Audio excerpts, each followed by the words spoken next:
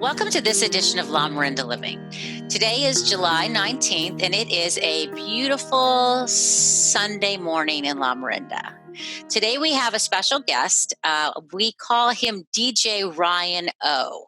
I think he has another name as well, but I'm going to have him go ahead and pitch that for us right now. Hi, DJ Ryan. Hey, how are you, Jennifer? Good morning. And yeah, DJ Ryan O is probably the name that many people know me by in the Lamorindans area, but my actual name is Ryan Ettinger. But you can go ahead and call me Ryan O. That's okay. Okay, good, because I think I'd probably botched your last name. That's okay. Many people have, which is why I shortened it. Very cool. Very cool. So thank you so much for waking up. I hope you have a little coffee next to you on this Sunday morning, and we'll chat with me for a couple of minutes about what you do. Absolutely. My pleasure. And thanks for having me on here. More importantly, thanks for doing this. I think bringing folks together across the community is just a great thing to do. So I appreciate you providing a nice avenue for that. Thank you. Thank you. So let's start by just getting a little bit of sense of who you are, and then we'll get into what DJ Ryan O does as services in the community. But how did you come to Lamorinda? Where do you live? Who do you live with? Anything you want to share? Yeah, no, that's great. So I've been in the Lamorindans area for about maybe almost 10 years, I guess, maybe a little bit shy of that, maybe 9 years. Moved from Miami to Oakland, and then went from Oakland to Moraga, and actually was born and raised in Southern California. So being here in Northern California I've done a couple stints here, has just been fantastic. My wife and I moved to Moraga, let's see, in 2011. Yeah, 2011. And we have not moved since. And it's funny, the place has changed quite a bit. We had a couple of kids that came after that. And so we just find it's a great place to live as a family here in beautiful Moraga. Yeah. So I love Moraga also. So I want to check in with you about one of the services that you provide. And I understand you're sort of a jack of all trades, and this is just even a side hustle that I'm even asking about today. But you have, during the pandemic, sort of created an innovative way to sort of keep people's spirits lifted and to create community. And so can you share a little bit about what it is that you have created? Yeah, sure. I guess I just get a little bit of background. I've been a professional DJ and MC and auctioneer for 26 years. So it's just a huge passion of mine to entertain people and to see what happens when you put a bunch of folks outside or in a room together and see those smiles. And around the March timeframe, all of my weddings, my galas, my auctions, corporate parties, they all either were getting postponed or canceled.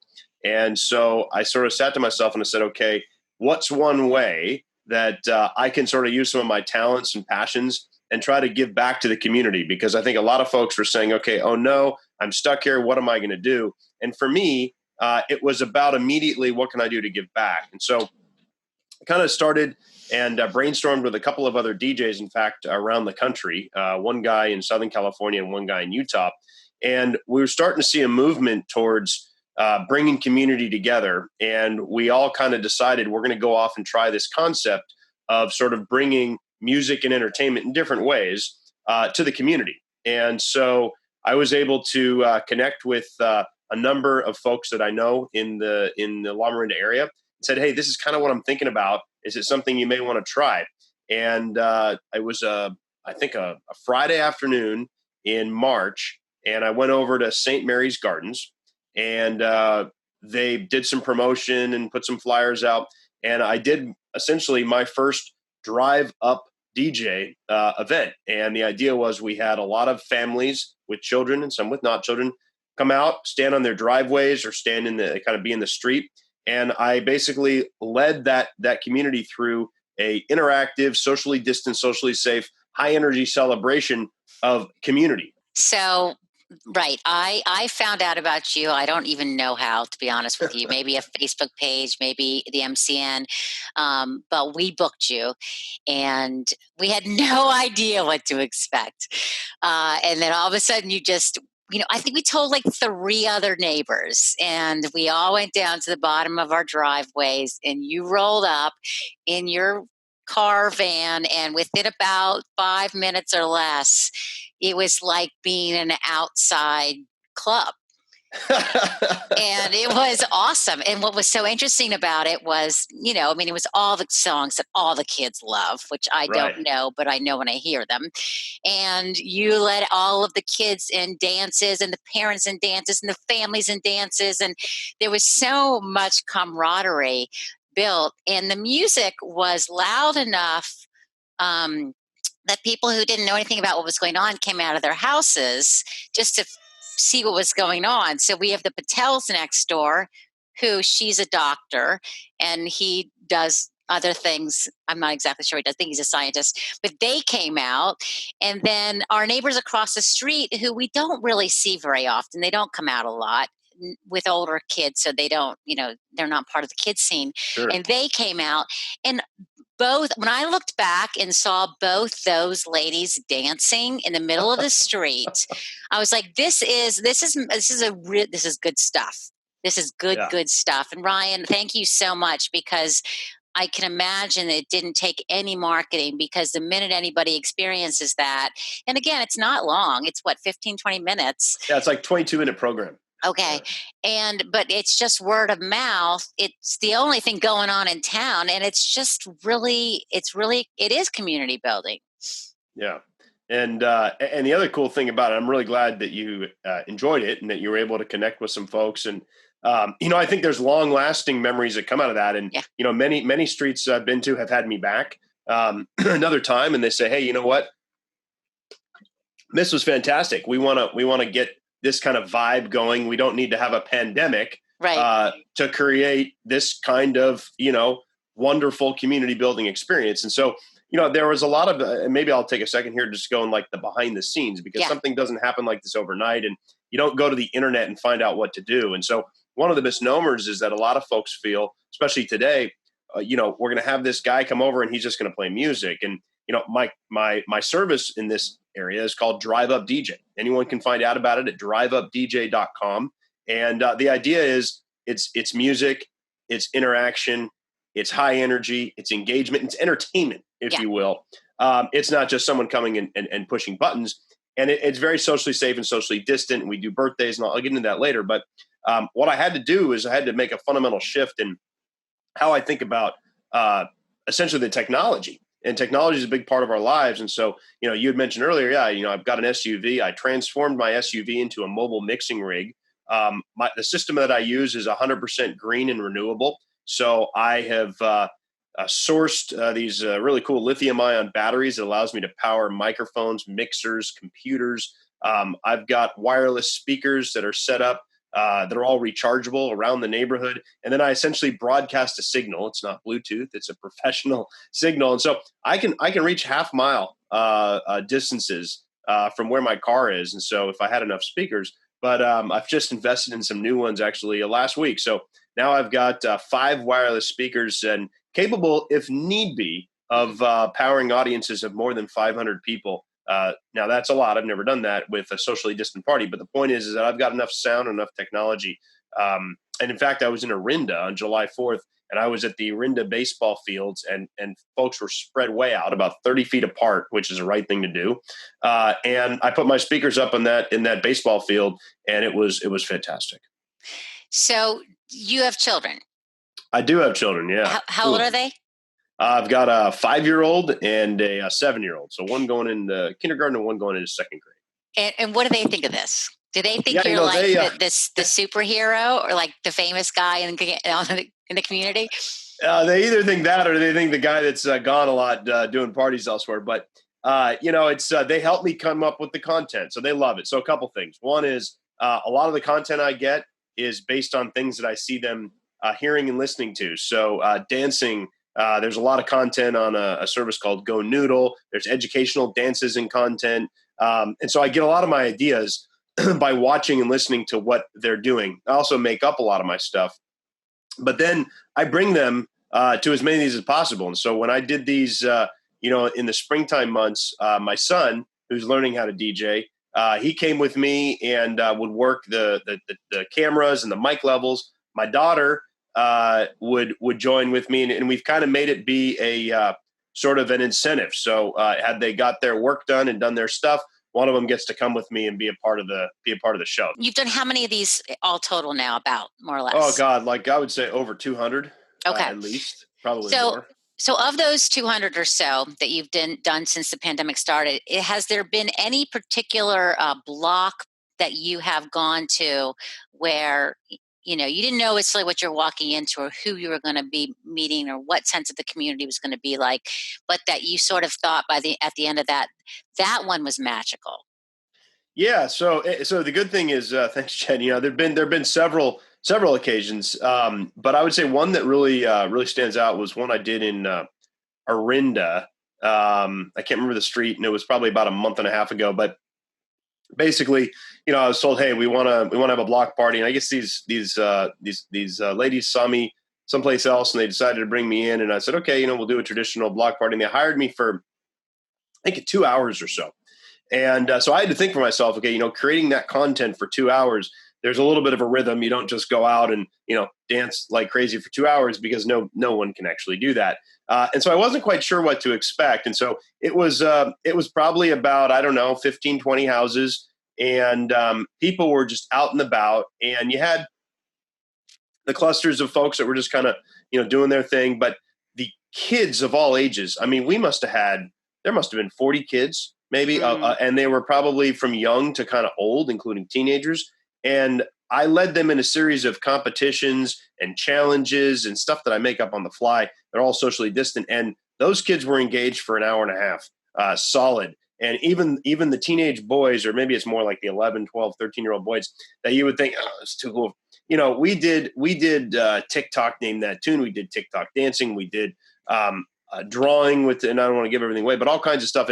And it was just awesome to see those kids. And then the parents, are kind of doing their own thing. And so the way I kind of bill it is, I can do a summer happy hour for children. That's what it is. It's like the adults can do their thing, and the kids can come with me. And by the end of that block party, I think I was sunburned, fried, and just done for the day. I think I had one more party after that, but it was pretty cool.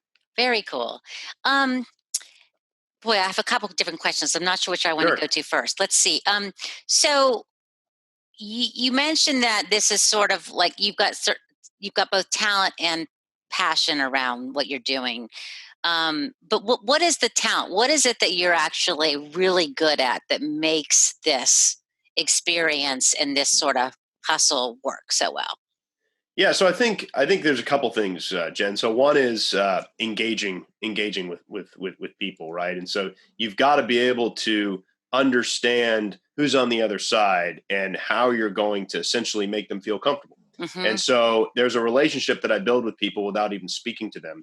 And by doing that, I'm able to engage with their mind. And if I engage with their mind either through music or through things that I say or do, you've got this connection. It's the same strategy that I use if I'm DJing a wedding or a gala and I need to bring 400 people onto a dance floor without even speaking to them. It's basically engaging them through music. But in this particular case, it's basically using a certain, I guess, entertainment skill set around how I'm able to connect, engage, and build a relationship with someone with not even meeting them before, and really not even talking with them, which I think is a big piece of it. I think the other piece of it is sort of being personable and being willing to take some risks, because I call people out and I'll go up to folks, and I'm not sitting at my car, right? I'm fully geared with masks and a mobile microphone that's all ready to go, and I'm out and about. And when you immerse yourself in the center of an experience and you experience it with people, that goes a long way to creating connections, because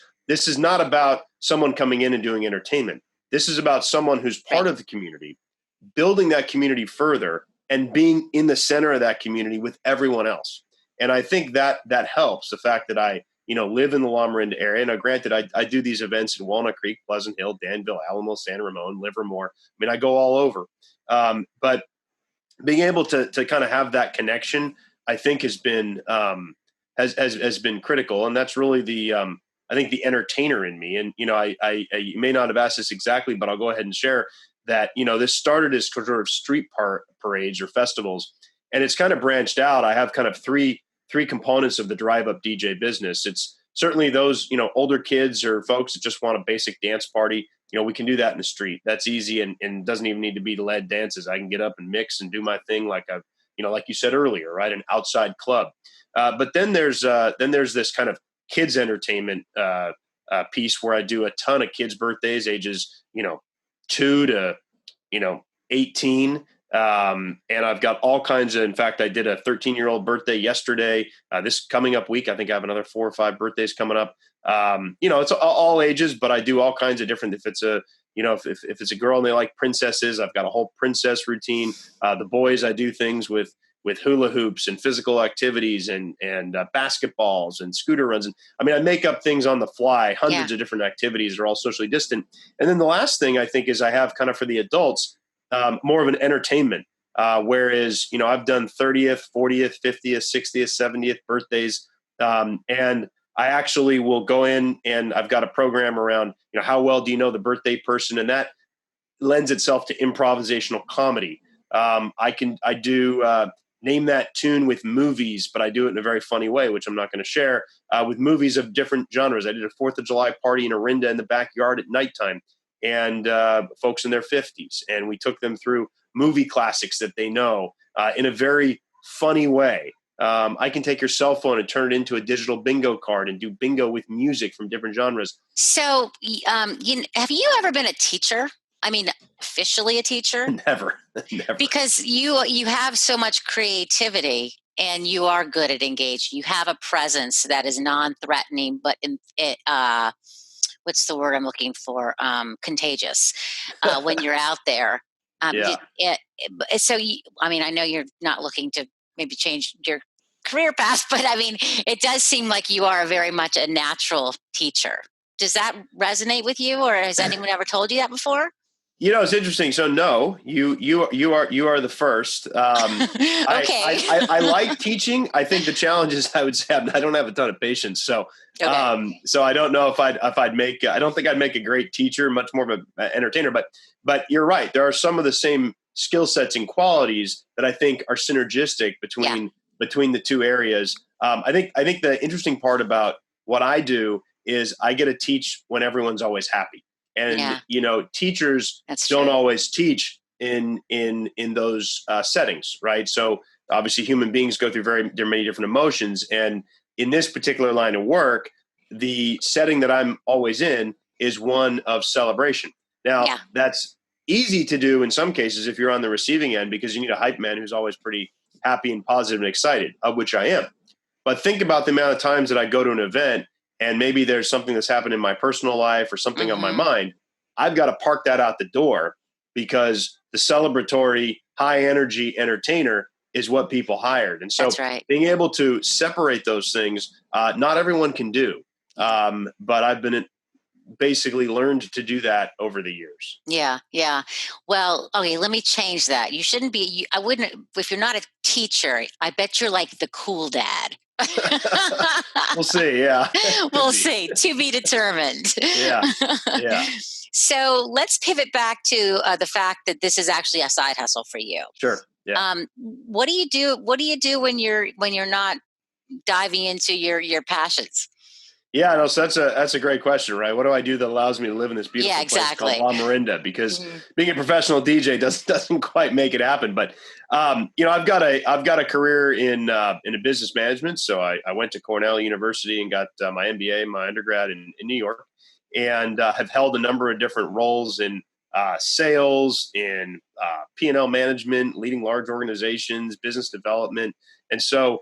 In a number of different industries, the energy industry, internet industry, sort of public relations as well. And so that's pretty much where I channel a lot of my efforts, but there's not a lot of opportunities always to be creative in those areas, right? So what I've found is that's a great way to kind of work the personable, the relationship, the desire to want to win. I do a lot of work in kind of growing business and negotiating and leading sales teams and organizations to do that. Coaching folks and figuring out how they develop capabilities. And so I find that there's good crossover, and I try to bring a unique perspective, and I try to mix this idea, I guess is an interesting word for DJ to use, but bring this, bring music and bring that fun side anywhere I can over in the business side, because outside of business, people are people. right? And you gotta, I found that music helps me bring the authentic selves of others out in the workplace. And so it's something that everyone identifies with. We all like different music,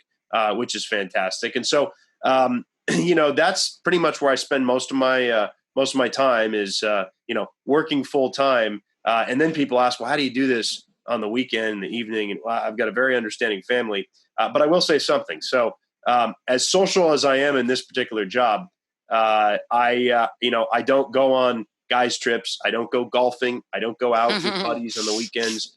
It's pretty much my job, my family, and my DJ career.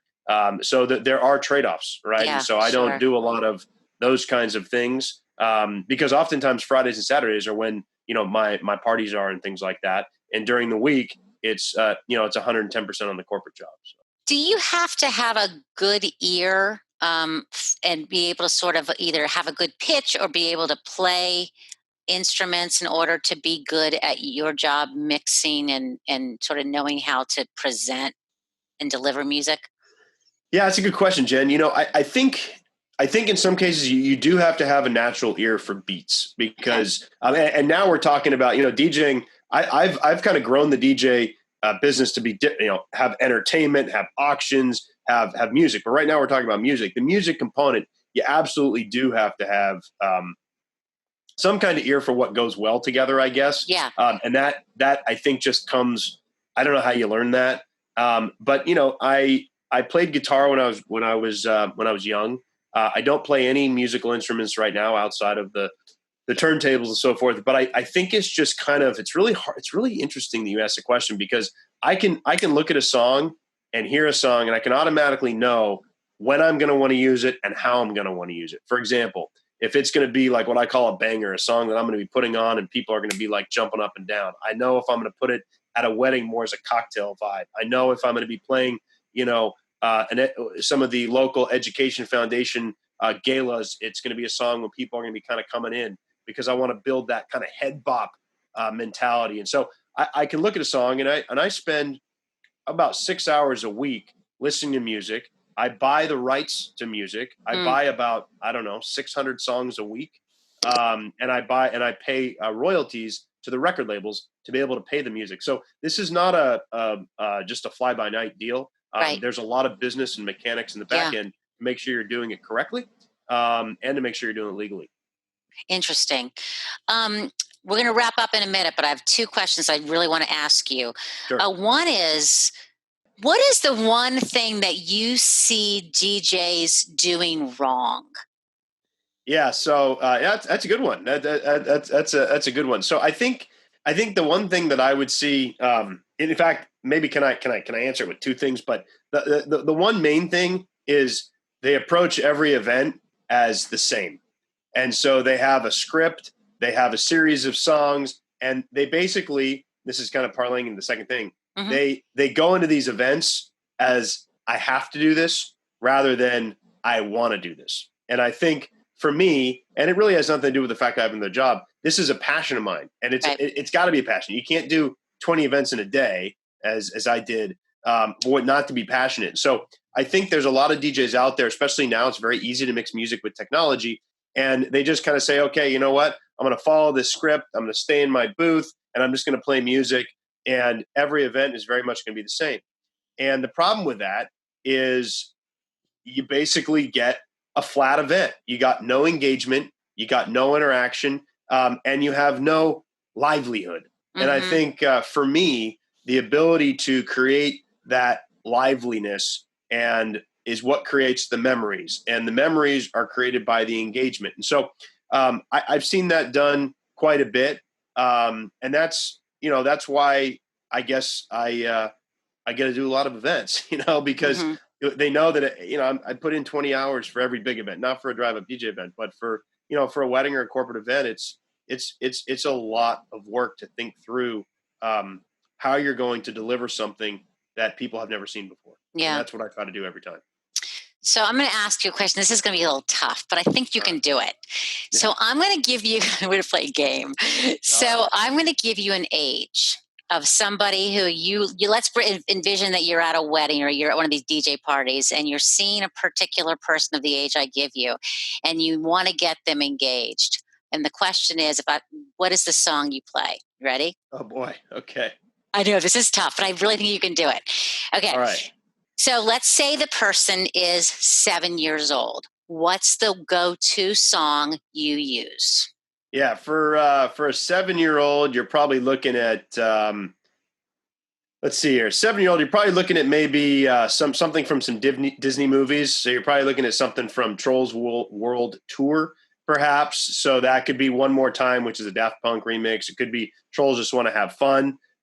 Sometimes I might do What the Fox Says, or potentially 7-year-olds still like Baby Shark as well. Oh, good. Okay. The 21-year-old. 21-year-old's probably going to want something by maybe Drake, I would say. Probably I would say Drake is usually pretty good go-to for a 21-year-old. Oh, well, I'm obsessed, by the way, with Post Malone. This is Post Malone's a good one too. Yeah, Post Malone. Okay. The 50-year-old. Yeah, so the 50-year-old, you probably got to do Neil Diamond. Sweet Caroline is always a big one. Black Eyed Peas actually works quite well for 50-year-olds, and then I would say probably ABBA, Dancing Queen, would hit that pretty well. Okay, and the last one is the 80-year-old. Yeah, so the 80-year-old, you probably got to do some Sinatra and Al Green.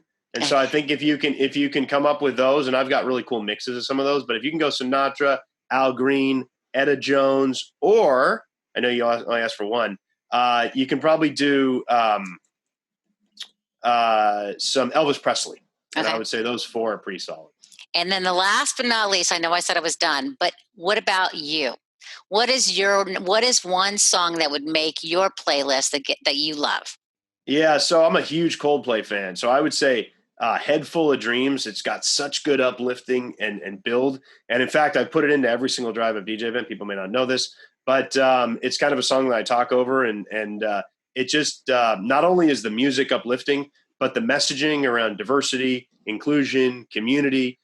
There's some really good lyrics in some of these songs. And so Head Full of Dreams by Coldplay, I would say makes a lot of my sets. It's not necessarily dancey, but it's got good energy to kind of get people on a level playing field when you're at an event. Nice. All right. So now we're going to pivot to the lightning round, which I sort of just did on the fly, but we're going to do it more officially right now. So I'm just ask you a couple questions. I'll ask you the question. You give me the answer. No follow-up, no explanation, etc. Okay. All right. Yeah. Let's hit it. What is one thing that you love about Lamorinda? The community and the people that are in it. Okay. What is one thing that people would not know about you that they'd be surprised to know? Yeah, that I don't like a lot of music or loud music playing at the house. When I'm not at an event, I like silence. That's very interesting.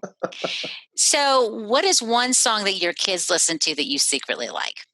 Probably the stuff by the Jonas Brothers. What a Man Gotta Do is just a fantastic song that I enjoy. Yeah. Okay. And who is one person that you know that you think I should know to interview on this podcast? I think Sarah Christensen. She is a Moraga resident. She's a photographer and just an entrepreneur, and she's done some really cool things. Very, very creative. So I would suggest Sarah Christensen. Okay, good. Well, then if you would, just do an email introduction for us. We'll do that. Yeah. Awesome. Well, Ryan, I want to thank you so much for spending your Sunday morning with me. This has been super interesting. I hope I didn't sort of go in too many crazy directions. I think you stuck the finish. Yeah. But before we wrap up, just want to let you go ahead and take the mic and make sure everyone knows where they can find you and anything else you'd like to say. Yeah. Well, first off, I just want to thank you, Jennifer, for what you've done and your background and just bringing people together. The speakers you've had on this have just been fantastic. And I know you're doing this out of the goodness of your heart. So this Lamorinda Living podcast that you put together, I think is fantastic. So appreciate you having me on it. And for folks that are looking for a fun, engaging DJ, auctioneer, or entertainer, I would say head over to djryano.com or driveupdj.com, or you can email me at ryan@djryano.com. I'm on social media, Instagram at DJ Ryano and Facebook at DJ Space Ryan. Awesome. All right, Ryan. Well, thank you so much. And for those of you who are listening, we will see you next week.